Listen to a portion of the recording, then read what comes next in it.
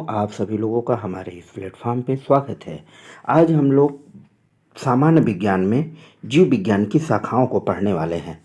यहाँ जो भी विज्ञान की शाखाएं हैं उसको हम लोग इस वीडियो में कवर करेंगे, जो परीक्षा की दृष्टि से बहुत ही महत्वपूर्ण होने वाला है। चलिए आइए शुरू करते हैं। विज्ञान की प्रमुख शाखाएं। एंथ्रोपोलॉजी मतलब मानव प्रजातियों का अध्ययन। मानव प्रजातियों का जो अध्ययन होता है उसको हम बोलते हैं एंथ्रोपोलॉजी।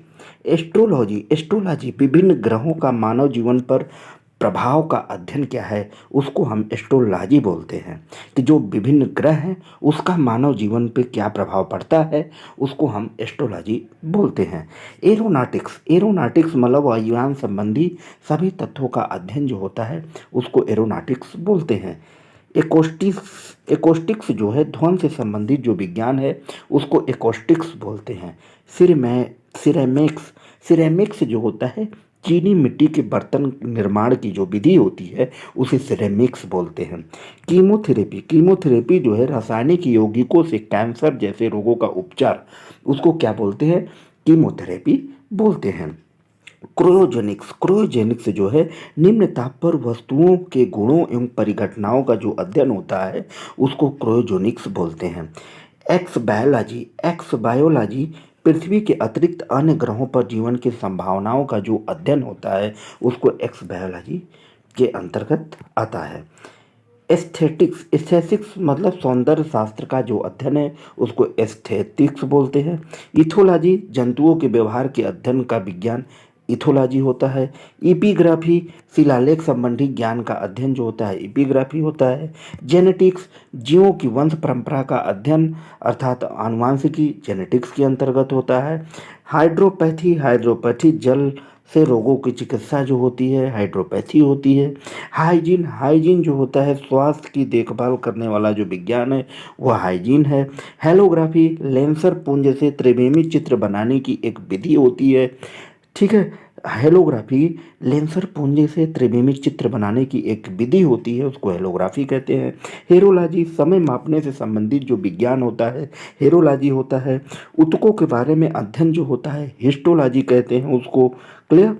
सूर्य की किरणों के रोगों का उपचार जो होता है हेलियोथेरेपी कहते हैं। सूर्य की किरणों से यदि हम रोगों का उपचार करें उसको हेलियोथेरेपी कहते हैं। कवकों के अध्ययन को क्या कहा जाता है? माइकोलॉजी कहा जाता है। क्लियर? माप विज्ञान मेट्रोलॉजी सिक्कों के अध्ययन को निस्मैटिक्स बोलते हैं। सिक्कों के अध्ययन को क्या बोलते हैं? न्यूमिसेमैटिक्स। दांतों के अध्ययन को ओडोंटोलॉग्राफी बोलते हैं। विकलांगता का अध्ययन जो होता है आर्थोपेडिक्स बोलते हैं। फलों के अध्ययन को पामोलॉजी बोलते हैं। अध्यापन कला का जो अध्ययन होता है उसको पेडागागी बोलते हैं। अध्यापन कला की जो अध्ययन है उसको पेडागागी बोलते हैं। टिकट एकत्रित करने की पद्धति एवं कला का अध्ययन जो होता है फिलेटैली कहते हैं। क्लियर? उसके बाद आगे देखेंगे हम लोग माप विज्ञान मेट्रोलॉजी सिक्कों का अध्ययन जो होता है न्यूस्मैटिक। दांतों का अध्ययन ओडोंटोग्राफी। विकलांगता का अध्ययन आर्थोपेडिक्स।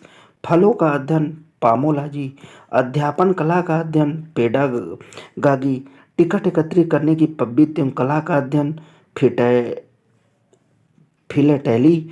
स्वर ध्वनि का अध्ययन जो होता है फोनोटिक्स बोलते हैं। स्वर ध्वनि के अध्ययन को क्या बोलते हैं? फोनोटिक्स। सवालों का अध्ययन फाइकोलॉजी।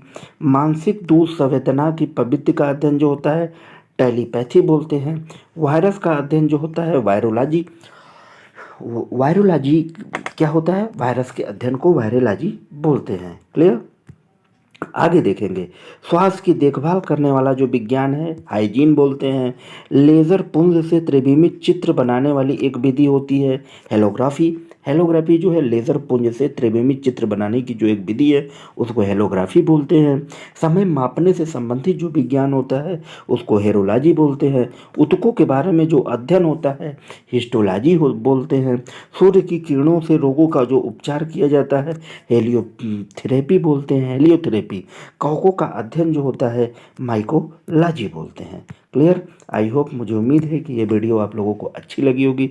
यदि अच्छा लगे लाइक से सब्सक्राइब करना ना भूलें। मिलेंगे फिर नेक्स्ट वीडियो में, तब तक के लिए धन्यवाद।